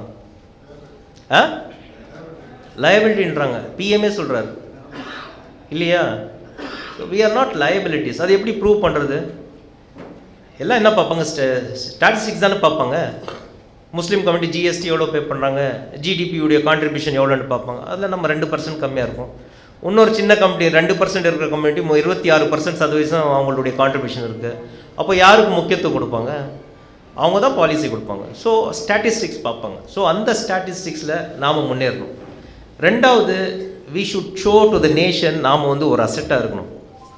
மாரல் வேல்யூஸில் அல்ஹம்துலில்லாஹ் நாம் வந்து ஒரு நல்ல ஒரு மாரல் வேல்யூஸ் இந்த சமுதாயத்துக்கு கொடுத்துட்ருக்கோம். அட் தி சேம் டைம் எக்கனாமிக்கலியும் வந்துட்டு இந்த சமுதாயத்துக்கு கொடுக்கணும் நம்ம. So economical upliftment very very, அப்போ தான் வந்துட்டு இந்த சிந்தனை மாறும். இஸ்லாத்திற்கான ஒரு பாசிட்டிவ் வைப் வந்து க்ரியேட் பண்ணால் economy also one of the major கேட்டலிஸ்ட்டாக இருக்குது. அதையும் நீங்கள் மனசில் வைங்க. ஸோ பார்க்குற கண்ணோட்டத்தை மாற்றுங்க நீங்கள். ஸோ இதெல்லாம் ஒரு சில விஷயங்கள். ஃபைனலி சக்ஸஸ் ஸ்டோரிஸும் பார்த்துட்டேன் நான். ஸோ ரிஃபா மார்ட்ன்ட்டு ஒன்று இருக்குது. இதில் நீங்கள் இந்தியா மார்ட் நீங்கள் கேள்விப்பட்டிருப்பீங்க, ட்ரேட் இந்தியா நீங்கள் கேள்விப்பட்டிருங்க. இது மாதிரி ஜஸ்ட் டயல் இருக்குது. இந்த மாதிரி ரிஃபா மார்ட் ஒரு வெப்சைட்டு நம்ம போயிட்டுருக்கு. இதில் மெம்பர்ஸ் எல்லாம் உங்களுடைய ப்ராடக்டை லிஸ்ட் பண்ணால் இது ஸ்லோலி டெவலப் ஆகிட்டே இருக்குது. ஆஃப் லைட் இது வந்து பெரிய லெவலில் இன்ஷால்லா வந்துடும். It's an initial stage. அதே மாதிரி ரிஃபாவுடைய ஆப்பும் இருக்குது. இந்த கனெக்டு இதுக்கெல்லாம் வந்து ஆப்பும் இருக்குது. அதுவும் மெம்பர்ஸ் வந்து இன்ஸ்டால் பண்ணி அது யூஸ் பண்ணிக்கலாம். அது ரொம்ப யூஸ்ஃபுல்லாக இருக்கும். ஆல்ரெடி டியூன் ஆகிட்டே இருக்குது. எல்லாம் பண்ணிவிட்டு we went go live and நல்லா நடந்துகிட்ருக்கு. ஸோ இதெல்லாம் நீங்கள் பயன்படுத்துங்க. ரொம்ப பெரிய ஒரு பிளாட்ஃபார்ம் இருக்குது. ஆரம்பத்தில் நம்ம மௌலானா ஓதுனது போல் இறைவன் ஏற்படுத்தியிருந்த இந்த பல விஷயங்கள் இயற்கையாகவே நமக்கு கொடுத்துருக்கோம் இல்லையா? அதனால தான் அவர் சொன்ன விஷயத்த சிந்திங்க. So what we have to திங்க்னா அவர் தாட் ப்ராசஸ்.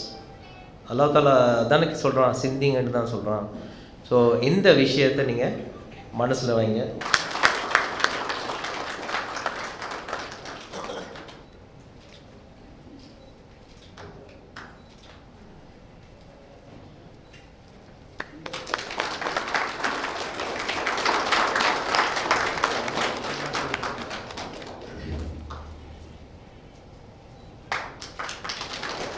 மார்க்கெட்டிங் குருஸ் எல்லாம் என்ன சொல்கிறாங்கன்னா, சந்தைப்படுத்துதலில் மிகப்பெரிய குருவாக இருக்கக்கூடிய பிலிப் காட்லருங்கிறவர் என்ன சொல்கிறாருன்னா 3 விஷயம் சொல்கிறார்.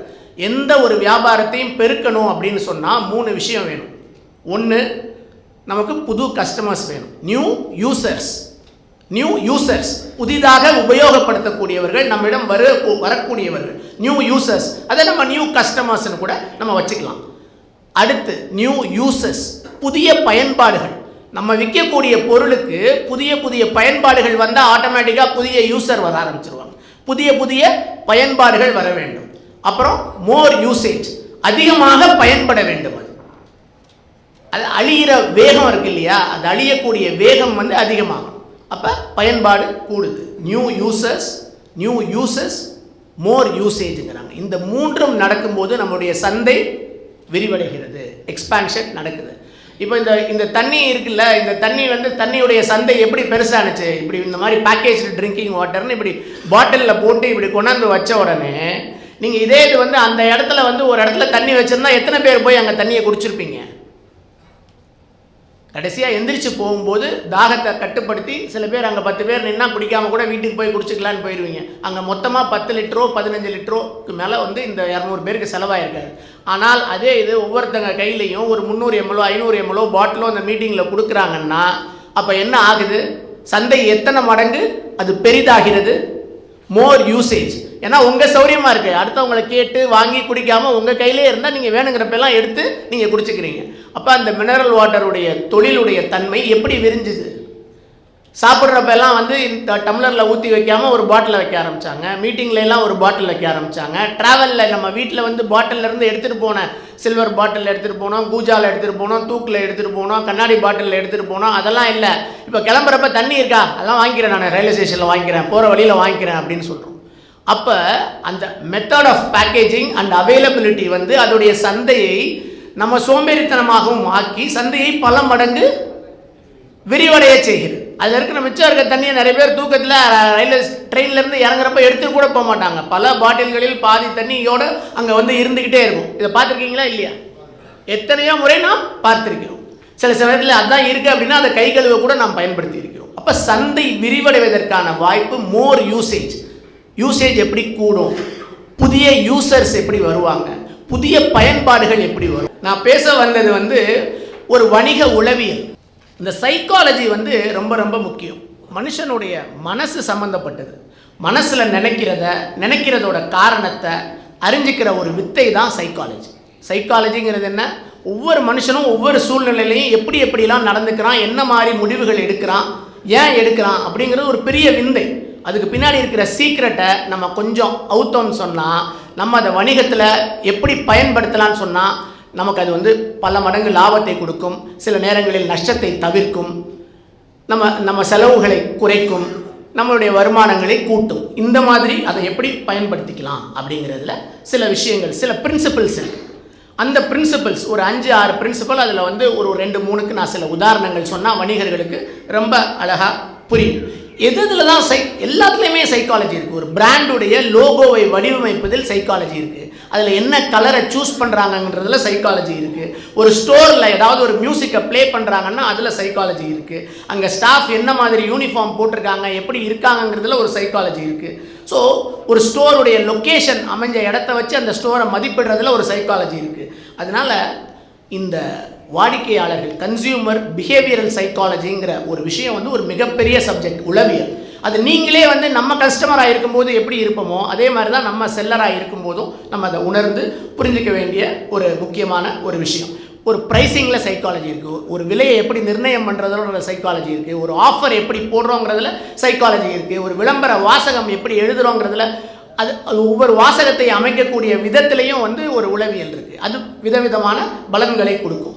ஒரு பேமெண்ட் வந்து ஒரு விஷயத்துக்கு நம்ம எப்படி பண்ணுறோம், என்ன மெத்தட் பண்ணுறோம், அதனால அதோடைய பயன்பாடு எப்படி அப்படிங்கிறதுல ஒரு சைக்காலஜி இருக்குது. உதாரணத்துக்கு பார்த்தீங்கன்னா நீங்கள் ஒரு ஜிம்மில் சேர்றீங்க,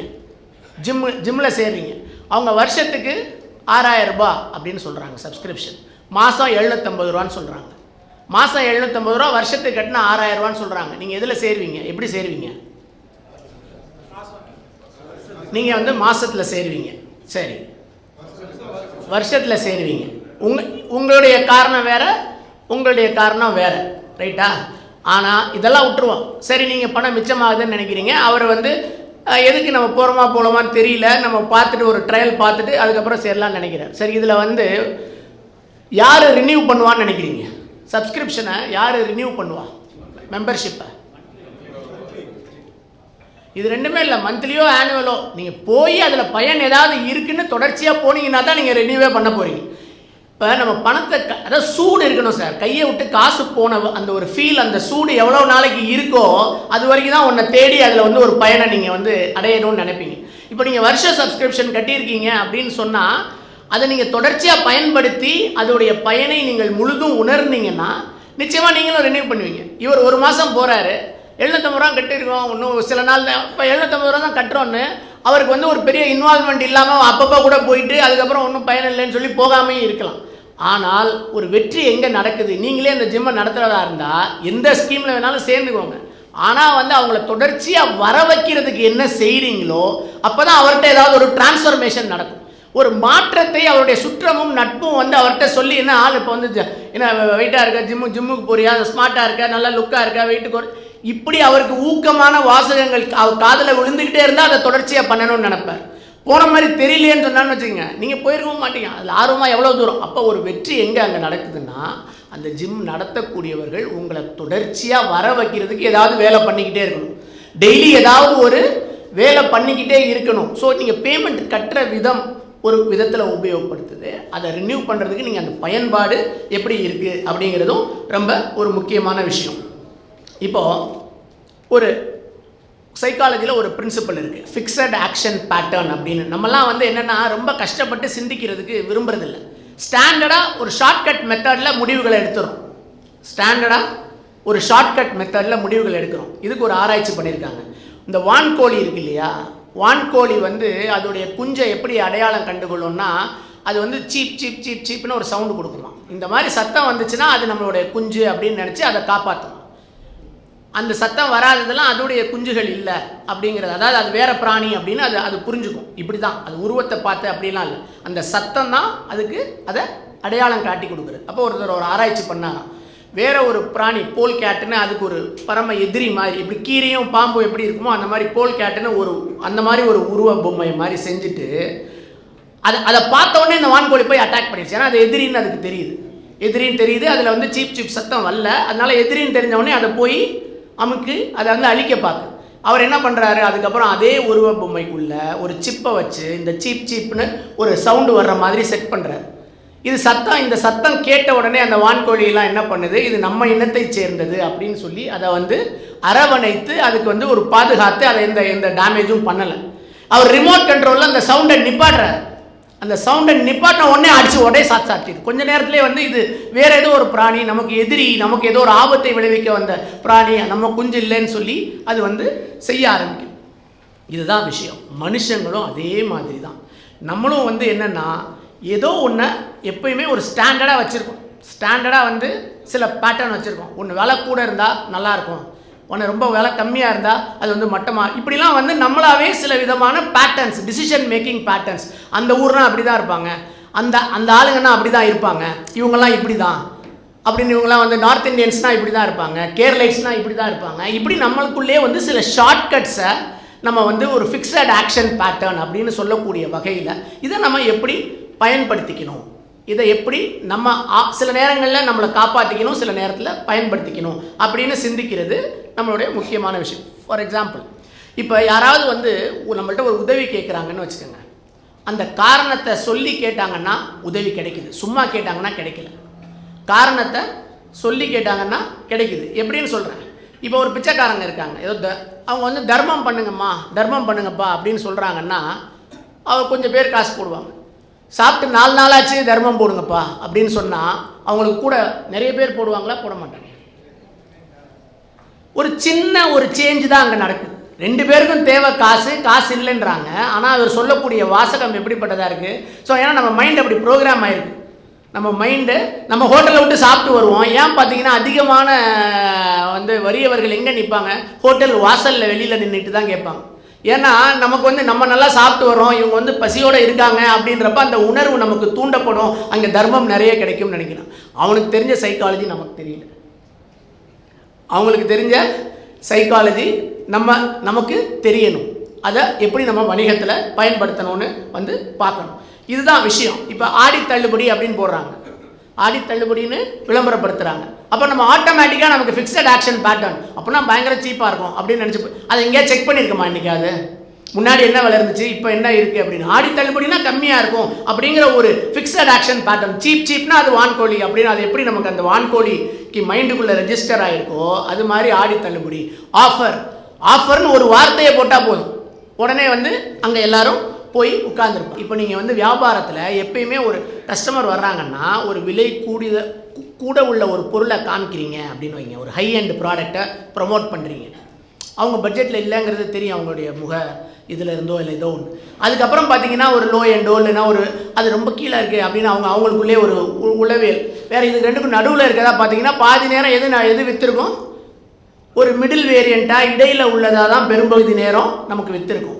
அப்போ அந்த கான்ட்ராஸ்ட் எஃபெக்டை இப்போ ரெண்டு பிடிக்காத நம்ம ஒரு பொதுவாகவே எப்படி பெண்கள்லாம் சூஸ் பண்ணுறாங்க, ஒரு டெக்ஸ்டைல் ஷோரூமில் போனாங்கன்னா பொருளை எப்படி சூஸ் பண்ணுறாங்க, முதல்ல எவ்வளவு கழிக்கிறாங்கங்கிறது தான் இருக்குது. பிடிக்காததை ஒதுக்கி நம்ம அதுக்கப்புறம் அதையெல்லாம் விட கொஞ்சம் ஒரு படி மேலே பிடிச்ச ஒரு விஷயத்தை நம்ம எடுக்கிறோம். அப்போ பிடித்த விஷயங்கள் விற்கும்போது நமக்கு வந்து அதை கழிக்கிறதுக்கான பொருட்களோடு சேர்த்து ஒரு பெட்டரான ஒரு பொருளை எப்போயுமே காமிச்சோம்னு சொன்னால் ஒரு சேல் க்ளோஸ் ஆகுமா க்ளோஸ் ஆகாதா? ஸோ அதை எப்படி நம்ம வந்து ஒரு டிஸ்பிளேயில் அரேஞ்ச் பண்ணணுங்கிறதுல இருந்து ஒரு சேல்ஸ்மேன் எப்படி காட்டணுங்கிறதுல இருந்து ஒரு 2 கழிக்கிறதுக்கான, ஏன்னா பெஸ்ட்டை முதல்ல காமிச்சா கூட அவங்க வாங்க மாட்டாங்க, அவங்க கழிக்கணும். ஒரு 4 விஷயத்தை அவங்க வந்து வேண்டான்னு ஒதுக்கி 5வதை தான் நான் எடுத்திருக்கேன்னா தான் அது மனசுக்கு ஒரு ஆறுதலையும் திருப்தியையும் தரும். அதுதான் பிரின்சிபல் ஆஃப் கான்ட்ராஸ்டுடைய ஒரு முக்கியமான ஒரு விஷயம். இந்த யுத்திகளை எல்லாம் நம்மளுடைய அவங்கவுங்க வணிகத்தில் அந்தந்த கஸ்டமருக்கு தகுந்த மாதிரி எப்படி பயன்படுத்த முடியும் அப்படிங்கிறது உங்களுடைய சிந்தனைக்கு நான் விட்டுறேன். அடுத்த பிரின்சிபல் வந்து பிரின்சிபல் ஆஃப் ரெசிப்ரோகேஷன். அதாவது வந்து இது எல்லாருக்குமே தெரியும், நம்ம ஒன்று பண்ணால் அவங்க ஒன்று பண்ணுவாங்க. உங்கள் வணிக நிறுவனங்களில் எவ்வளோ ஜுவல்லரி ஷாப்லாம் போகிறீங்க, போன உடனே என்ன பண்ணுவாங்க, ஒரு டீயை கொடுப்பாங்க, காஃபியை கொடுப்பாங்க, ஒரு கூல்ட்ரிங்கை கொடுப்பாங்க, சேர் போட்டு ஏசியெல்லாம் போட்டு உட்கார வச்சாங்கன்னாலே அப்போவே நீங்கள் நெளிய ஆரம்பிச்சிருவீங்க. அதை நிறைய பேர் நம்ம வாங்குகிற ஐடியாவில் இல்லைன்னா அதை எடுக்கிறதுக்கே யோசிப்போம். ஏன்னா நம்ம ஏதோ ஒன்று எங்கேயோ கை நினச்சிட்டா கடமைப்பட்டவர்களாக ஆகிவிடுவோம் அப்படிங்கிற ஒரு சமூக கோட்பாடு நமக்கு வந்து இருக்குது. இஃப் யூ என்ஜாய் சம்திங், ஒரு பெனிஃபிட்டை நம்ம அடைஞ்சோம்னா அதுக்கு நம்ம ஏதாவது ஒரு வகையில் திருப்பி செய்யணும்னு. ஸோ இப்போ உங்கள் கஸ்டமரை ஏதோ ஒரு வகையில் கடமைப்பட்டவர்களாக நீங்கள் மாற்ற முயற்சிக்கும் போது உங்களுக்கு வந்து இந்த பிரின்சிபல் ஆஃப் ரெசிப்ரோகேஷன் உங்களுக்கு வேலை செய்யும். இன்னொரு ஒரு விஷயம், பிரின்சிபல் ஆஃப் சோஷியல் ப்ரூஃப். அதாவது வந்து சோஷியல் ப்ரூஃப் அப்படின்னா எல்லாத்துக்கும் ஒரு ப்ரூஃப் இருக்குன்னா அதை நம்ம ஃபாலோ பண்ணுவோம். இப்போ ஒரு டிவியில் ஒரு காமெடி ப்ரோக்ராம் போடுறாங்க, காமெடி ப்ரோக்ராம் போடுறப்ப அவங்களே வந்து இந்த கை தட்டி சிரிக்கிற மாதிரி ரெக்கார்ட் பண்ணி நடுவில் போட்டுக்கிட்டே இருப்பாங்க, எல்லாரும் சேர்ந்து சிரிக்கிற மாதிரி. அப்போ ஆட்டோமேட்டிக்காக அவங்களுக்கு சிரிப்பு வரலைனாலும் நீங்களும் சேர்ந்து சிரிக்கணுங்கிற ஒரு உணர்வு, ஏன்னா ரொம்ப பேர் சிரிக்கிறாங்க, ரொம்ப பேர் ரசிக்கிறாங்க, அப்போ இதில் ஏதோ ரசிக்கிற மாதிரி இருக்குது அப்படின்னு நினச்சிட்டு நம்மளும் சேர்ந்து அங்கே சிரிக்க ஆரம்பிச்சிருவோம், கை தட்ட ஆரம்பிச்சிருவோம். இப்போ நீங்களே பாருங்களேன், இவர் நல்லா பேசுகிறாரு, ஒரு ஆள் கை தட்டினா ஐயோ அவர் தட்டுறாருன்ட்டு அப்போ ஏதோ ஒரு விஷயம் சொல்லியிருக்காரு போல இருக்குன்ட்டு இன்னொரு 10-20 பேர் கை தட்டுவாங்க. ஆமாவா இல்லையா? அப்பயும் யாரும் தட்டவே இல்லை. இப்போ சிரித்தோடனே எல்லாரும் கொஞ்சம் சத்தம் சிரிப்பாக வந்துச்சு இல்லை? ஸோ எல்லாருமே ஏதோ ஒரு சோஷியல் ப்ரூஃபை எதிர்பார்த்து தான் நம்ம செயல்படுறோம். அதனால தான் விளம்பரங்கள் எல்லாம் இந்தியாவின் மாபெரும், அதாவது வந்து நம்பர் 1 ஷோரூம் அப்படின்னு போடுறாங்க, வி ஆர் நம்பர் 1ன்னு சொல்கிறாங்க. அப்போ வி ஆர் நம்பர் 1ன்னு நம்ம சொல்கிறப்ப, கிளைம் பண்ணுறப்ப மற்ற வாடிக்கையாளர்களுக்கு அது ஒரு சோஷியல் ப்ரூஃப், அவங்க தான்ப்பா பெஸ்ட்டு, அதுதான்ப்பா லீடிங் பிராண்டுன்னு சொல்கிறாங்க, வி ஆர் த பெஸ்ட் செல்லர்ஸ்ன்னு சொல்கிறாங்க, வி ஆர் நம்பர் 1ன்னு சொல்கிறாங்க, மாபெரும் பாத்திர கடலுங்கிறாங்க, மாபெரும் ஜவுளி சாம்ராஜ்யம் அப்போ இங்கே போனால் அது தப்பு கிடையாது அப்படின்ற ஒரு உணர்வை அங்கே ஏற்படுத்தும். ஸோ அந்த சோஷியல் ப்ரூஃபை தான் மக்கள் தேடுறாங்க. அப்போ உங்களுடைய தொழிலை அந்த மாதிரி நீங்கள் முன்னிறுத்த வேண்டிய விஷயம் அதுதான். பிரின்சிபல் ஆஃப் ஸ்கேர்சிட்டி அப்படின்னு ஒன்று இருக்குது, பற்றாக்குறை கோட்பாடுன்னு சொல்லுவாங்க. பற்றாக்குறை, limited period offer, limited edition. இன்று இப்படம் கடைசின்னு முன்னாடிலாம் போஸ்டரில் ஒட்டிடுவாங்க, பார்த்துருக்கீங்களா? இப்போலாம் போஸ்டரே ஒட்டுறது இல்லை, அப்படி ஒட்டுறதும் இல்லை. இன்று இப்படம் கடைசினா நாளைக்கு அது இருக்காது, அந்த வாய்ப்பு நம்மள்கிட்ட போயிடும்னு சொன்னால் அவ்வளோ பேரும் இன்றைக்கி அதை பார்த்தாகணும்னு நினைப்பாங்க. அது மாதிரி தான் exclusive offer only for 3 days அப்படின்னு ஒரு ப்ரொமோ சோஷியல் மீடியாவாக இருக்கட்டும், பேப்பராக இருக்கட்டும், இல்லை உங்களுக்கு கடைக்கு வெளியில் ஒரு ஃப்ளெக்ஸாக கூட வைக்கட்டும். அப்போ அந்த ஒரு டைம் லைனை கொடுத்து அதுக்கப்புறம் அது இருக்காது, அது தீர்ந்து போயிடும் அப்படின்னு லாஸ்ட் பீஸ் அப்படின்னு சொன்னால் அதுக்கான போட்டி. இப்போ லேடிஸ் பார்க்குறாங்க அப்படின்னா ஒரு சேலை இதில் வேறு இருக்கா, இன்னொரு பீஸ் இருக்கா, இல்லைங்க இதாங்க லாஸ்ட் பீஸ்னால் இன்னொருத்தவங்களும் அதை கை வைப்பாங்க, உடனே கை வைப்பாங்க. அதுக்கான மவுஸ் வந்து கூடி போயிடும் ஆட்டோமேட்டிக்காக வந்து. அதுக்கப்புறம் அது இல்லை அப்படின்னு சொன்னால் அது தீர்ந்து போயிடும். இப்போ ஒரே ஒரு உதாரணம், ஒரு அமெரிக்காவில் வந்து ஒரு கார், அதாவது ஒருத்தர் வந்து படிக்கிறதுக்கு அவருக்கு பண வசதி இல்லை, அவரே வந்து அவருடைய படிப்பு செலவை ஃபண்ட் பண்ணுறதுக்காக வந்து செகண்ட் ஹேண்டில் கார்லாம் வாங்கி கொஞ்சம் சின்னதாக அதில் வேலை பார்த்து ஒரு டச்சப் வேலையெல்லாம் பார்த்து நீட்டாக ஃப்ரெஷ்ஷாக எல்லாம் பண்ணி அதை வந்து ஒரு பேப்பரில் கிளாசிஃபைடு ஆடு மாதிரி ஒரு சின்ன பெட்டி விளம்பரம் மாதிரி போட்டுருவார். ஒரு 4-5 அவர் ஃபோன் நம்பரை கொடுத்துருவார். ஒரு 4-5 பேர் கூப்பிடுவாங்க அந்த காரை பற்றி விசாரிக்கிறதுக்காக. அவர் என்ன பண்ணுவார் அப்படின்னு சொன்னால், அந்த 4 பேரோ இல்லை 3 பேருக்குமே நாளைக்கு ஞாயிற்றுக்கிழமைனா மதியானம் 2 மணிக்கு வாங்கன்னு ஒரே டயத்தை அப்பாயின்மெண்ட் கொடுப்பாரு, 3 பேருக்குமே கொடுப்பார். அந்த மாதிரி கொடுத்துருவார். முதல் ஆள் ஒருத்தர் அப்படி 2 மணிக்கு கொடுத்தா ஒருத்தர் 1:55 வருவார், ஒருத்தர் 2 அந்த மாதிரி வருவாங்க இல்லையா. முதல்ல வந்தவர் அந்த காரை பார்த்துட்டு, நம்ம பொதுவாக ஒரு பொருளை வாங்கணும்னா என்ன சொல்லுவோம், இந்த மாதிரி செகண்ட் ஹேண்ட்லாம் அதை பற்றி எல்லாம் நெகட்டிவாக மட்டமாக சொன்னால் தான் விலையை, அவர்கிட்ட விலை எவ்வளோன்னு கேட்பாங்க. ஒரு 2 லட்சம்னு சொல்கிறாருன்னு வச்சுங்க, என்னங்க இதுக்கு போய் 2 லட்சம்ன்றீங்க, டயரெல்லாம் வந்து டோட்டலாக பட்டனே இல்லை, இங்கே என்ன டென்ட் இருக்குது, அங்கே வந்து அதாக இருக்குது அப்படின்னு எல்லாம் குறைய சொன்னால் தான் நம்ம விலையை குறைக்க முடியும்னு அவர் மைனஸாக சொல்லிட்டு பேசிகிட்டே இருப்பார். இந்த மாதிரி பேசிகிட்டு இருக்கிறப்ப இந்த 2வது அப்பாயின்மெண்ட் கொடுத்த ஆள் 2:05 வருவார். வந்த உடனே, சார் ஒரு நிமிஷம் இருங்க, இந்த இவர் பார்த்துட்டு இருக்காரு, அதுக்கப்புறம் நீங்கள் பார்க்கலாம் அப்படின்னு இவர் சொல்லுவார். அவருக்கு ஆஹா இதுக்கு ஒரே போட்டிருக்கும். இப்போ இவ்வளோ நேரம் குறையா சொன்னவர் என்ன அவன் காரையே பார்த்துட்டு இருக்கான், இவரும் வாங்கிடுவோம் போல இருக்குது, என்ன நல்லா தான் இருக்குது வண்டி, நம்ம வந்து ஏதாவது விட்டுறக்கூடாது அப்படின்னு சொல்லிட்டு அவர் கொஞ்சம் ஏறி நம்ம எப்படியாவது டீலை முடிச்சிடணும்னு நினச்சிக்கிட்டு இருக்கிறப்ப இந்த 3வது அவர் அப்பாயின்மெண்ட் கொடுத்தால் பாருங்க, அவனும் வந்துடுவாங்க. ஸ்பாட்டுக்கு வந்தவொடனே, சார் இருங்க சார் இவர் பார்க்குறாரு, அப்புறமா நீங்கள் இவர் பார்க்குறாரு, அதுக்கப்புறம் நீங்கள் பாருங்கன்னொடனே அந்த குறையெல்லாம் அடிபட்டு போய் அந்த சேலை உடனே முடிக்கணுங்கிற எண்ணம் உனக்கு ஏற்பட்டுரும். இந்த மாதிரி அவர் வந்து அவருடைய கல்வி படிப்புக்கான தேவையை ஃபுல்லாக வந்து இப்படி ஒரு கெட்டிக்காரத்தனத்தில் ஒரு உளவியல் கோட்பாடை யூஸ் பண்ணியே ஜெயிச்சிருக்காரு ஒருத்தர்.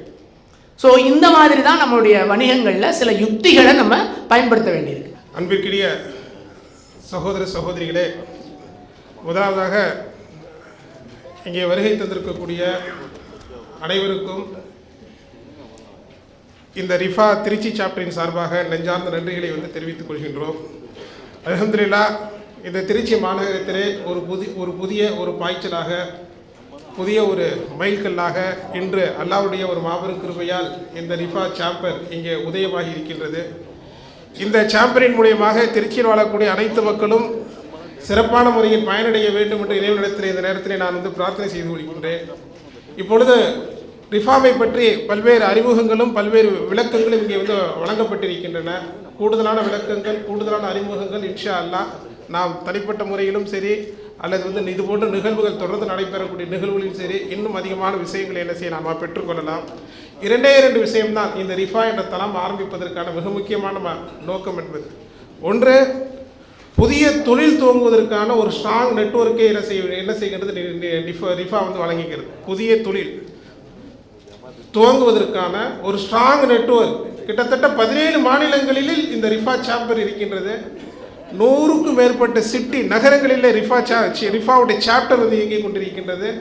1000த்திற்கும் மேற்பட்ட உறுப்பினர்கள் இந்த ரிஃபாவில் இயங்கிக் கொண்டிருக்கின்றார்கள். ஒரு பெரிய நெட்வொர்க் இங்கே வந்து என்ன செய்திருக்கிறது, இந்தியா லெவலில் இருந்து கொண்டிருக்கின்றது. நார்த் இந்தியாவிலிருந்து இங்கு வரைக்கும். ஸோ ஒரு பெரிய ஒரு ஸ்ட்ராங் நெட்வொர்க் மூலமாக ஒரு புதிய தொழில் துவங்குவதற்கான மிகப்பெரிய ஒரு தளத்தை ரிஃபா என்ன செய்கின்றது, இங்கே வந்து வழங்கி கொண்டிருக்கின்றது.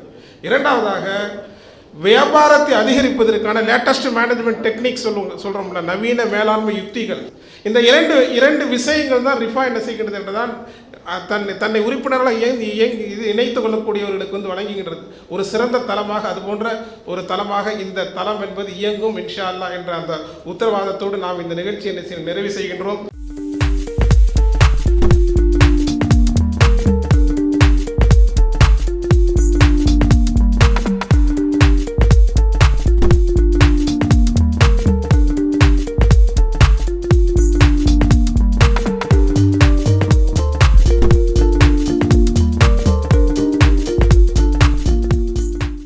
இந்த வீடியோ உங்களுக்கு பிடிச்சிருந்தா லைக் பண்ணுங்க, ஷேர் பண்ணுங்க, சப்ஸ்கிரைப் பண்ணுங்க.